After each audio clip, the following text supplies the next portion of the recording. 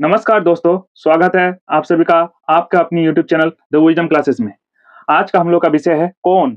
कौन किसे कहते हैं, कौन कितने प्रकार के होते हैं, जैसे न्यून कौन, अधिक कौन, रिज्यू कौन, पूर्ण कौन, पूरक कौन एंड संपूरक कौन। तो आइए वीडियो की शुरुआत करते हैं। कौन कौन क्या होता है? कौन दो रेखाओं या दो समतलों के बीच का झुकाव या मोड़ होता है। ठीक है, कौन जैसे ये कोई एक रेखा हुआ, ठीक, ये दूसरा रेखा हुआ। इन दोनों रेखाओं के बीच जो झुकाव होता है, जैसे ये पूरा पार्ट ये झुका हुआ है, ठीक है, इसी को हम लोग कहते हैं कोण। यहाँ पर देखिए, जहां पर दोनों रेखाओं मिलती है उसे कहते हैं हम लोग वर्टेक्स यानी शीर्ष। क्या कहते हैं इसको? शीर्ष। हिंदी में कहते हैं इसको शीर्ष और इंग्लिश में इसको कहते हैं वर्टेक्स। इसका नाम दे दिया हम लोग ओ, ठीक है, ए और बी। ठीक है, एक रेखा का नाम है हम लोग का ओ ए और दूसरा का नाम है ओ बी। ठीक है, इस रेखा को हम लोग भुजा भी कहते हैं। क्या कहते हैं इसको? भुजा। ठीक है, ओ ए और बी क्या हो गया? भुजा। और बिंदु ओ जो है, ओ हो जाएगा हम लोगों का बिंदु ओ, ए हो जाएगा हम लोगों का शीर्ष। ठीक है, देखिए कोण को आमतौर पर डिग्री में मापा जाता है। किसमें मापा जाता है? डिग्री में। आपने सुना होगा, जैसे कि आप लोग बोलते हैं 30 डिग्री, 45 डिग्री। ठीक है, तो कोण को किसमें मापा जाता है? कोण को आमतौर पर डिग्री में मापा जाता है। इसका माप 0 डिग्री से 360 डिग्री तक हो सकता है। यानी कोण का माप कितना हो सकता है? एक कोण का माप 0 डिग्री से लेकर 360 डिग्री तक हो सकता है। इसके अलावा कोण को रेडियन में भी मापा जा सकता है, जो गणित और भौतिकी में इसका उपयोग किया जाता है। ठीक है, तो बढ़ते आगे की ओर। आगे हम लोगों का कोण का प्रकार यानी टाइप्स ऑफ एंगल्स।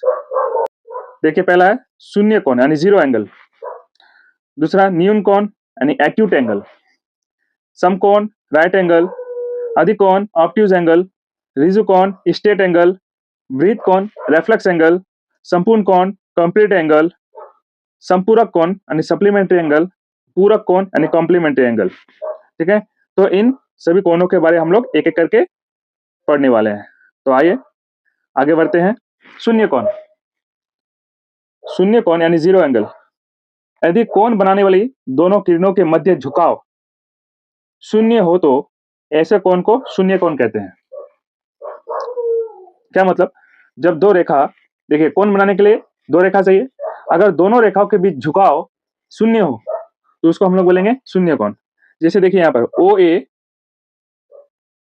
ए एक रेखा है हम लोग का, यहां से लेकर ओ बी तक क्या है? एक रेखा है यानी किरण है।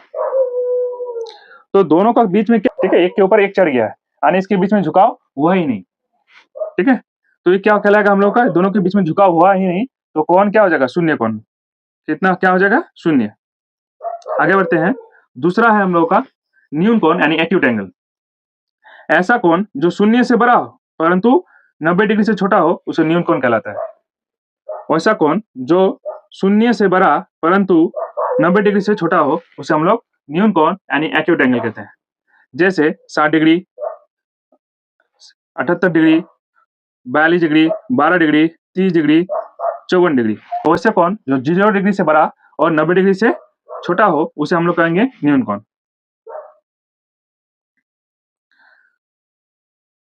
चलिए आगे बढ़ते हैं। आगे है हम लोग का समकोण। 90 डिग्री का कोण को समकोण कहलाता है। देखिए 0 से 90 डिग्री तक, ठीक है, 0 से 90 तक हो जाएगा हम लोग का न्यून कोण। और 90 डिग्री का कोण क्या कहलाएगा? 90 डिग्री का कोण जो होगा वो कहलाएगा हम लोगों का समकोण। ठीक, 90 डिग्री का कोण क्या कहलाएगा? समकोण। चलिए बढ़ते आगे की ओर। अधिक कोण ऑब्ट्यूज एंगल। ऐसा कोण जो 90 डिग्री से बड़ा परंतु 180 डिग्री से छोटा हो, ठीक है, उसे हम लोग बोलेंगे अधिक कोण यानी ऑब्ट्यूज एंगल। ठीक है, 90 डिग्री से बड़ा, 90 से जो कोण होगा हम लोगों का वो बड़ा होगा और किससे छोटा होगा? 180 डिग्री से छोटा होगा। जैसे 91 डिग्री, 108 डिग्री, 139 डिग्री, 151 डिग्री, ठीक है, 163 डिग्री, 179 डिग्री। तो यानी जो भी कोण 90 डिग्री से तो बड़ा होगा लेकिन 180 डिग्री से छोटा होगा, उसे हम लोग बोलेंगे अधिक कोण यानी ऑब्ट्यूज एंगल। नेक्स्ट है हम लोगों का रिजु कोण, ठीक है, यानी स्ट्रेट एंगल। 180 डिग्री का कोण को रिजु कोण कहलाता है। कितना? 180 डिग्री का कोण को रिजु कोण कहलाता है। देखिए, मान लेते हैं एक किरण इधर हो गया, ठीक है, उसका झुकाव ऐसा हुआ कि यहाँ पर मेरा है, यह झुकाव यहाँ से होते होते इधर बन गया, तो इनके बीच का जो ये कोण होगा ये पूरा कितना होगा? झुकाव 180 डिग्री। नेक्स्ट है वृत्त कोण यानी रेफ्लेक्स एंगल, ठीक है, ऐसा कोण जो 180 डिग्री से बड़ा परंतु 360 डिग्री से छोटा हो उसे वृत्त कोण कहलाते हैं, यानी रेफ्लेक्स एंगल। 180 डिग्री से बड़ा और 360 डिग्री से छोटा, ऐसे कोण को हम लोग कहते हैं रेफ्लेक्स एंगल यानी वृत्त कोण। देखिए यहाँ पे जैसे 225 डिग्री, 225 डिग्री ये 180 डिग्री से बड़ा है और 360 से छोटा है, तो ये क्या हो जाएगा? Reflex angle. 320, 190, 300, 311, 220 ये सभी कौन है? क्या है?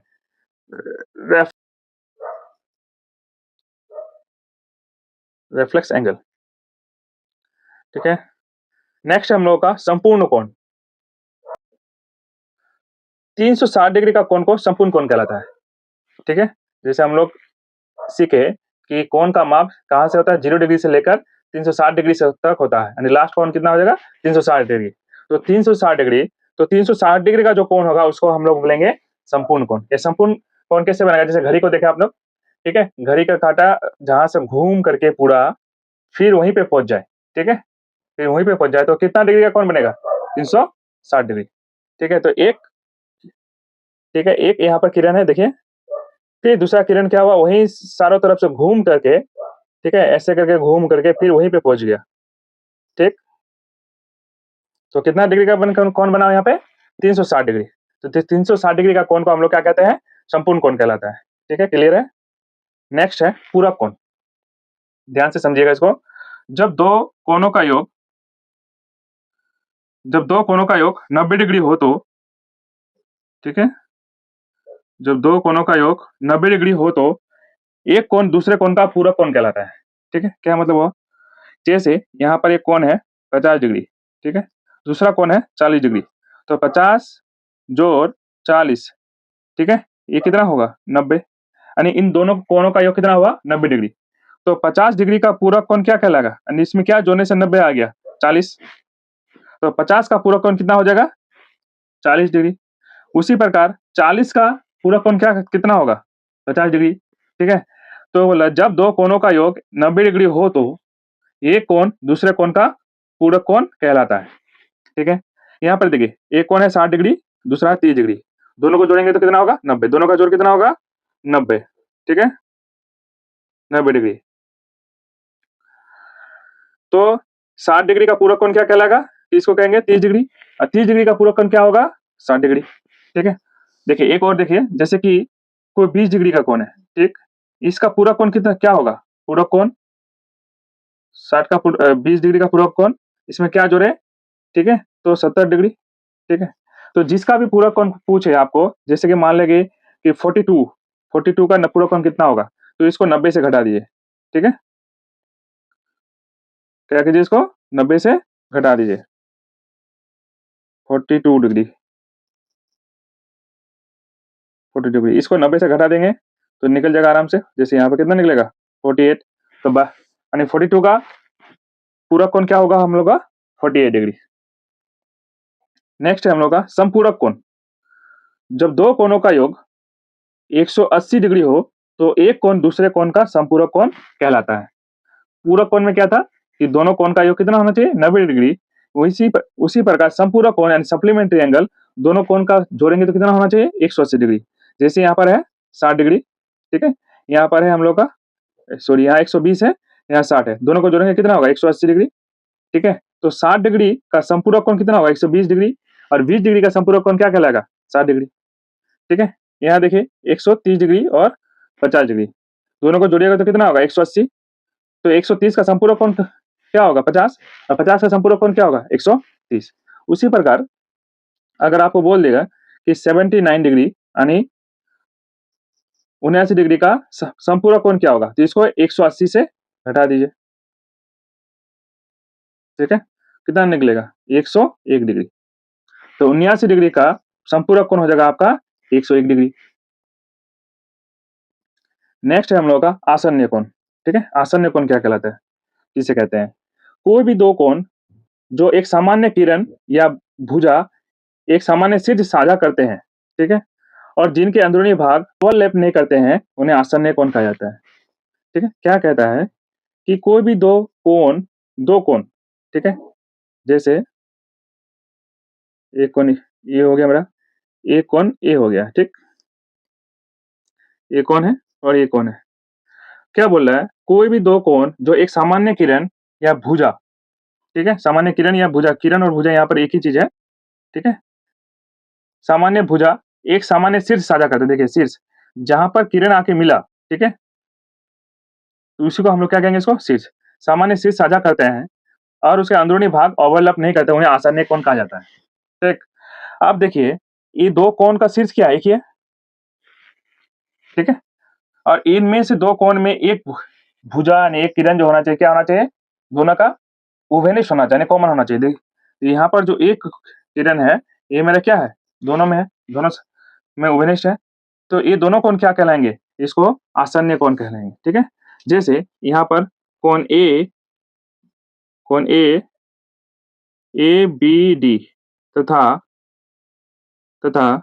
कोण डी बी सी, ये दोनों कोण क्या, आसन्य कोण यानी एडजेसेंट एंगल,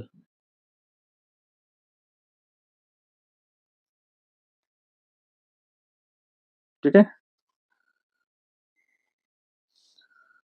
तो आशा करते हैं आपको कोण के बारे में एक सामान्य से जानकारी मिली। ये हमारे कोण के बारे में पार्ट 1 था, ठीक है। पार्ट 2 में और अलग अलग प्रकार के कोणों के बारे में और विस्तृत से चर्चा करेंगे।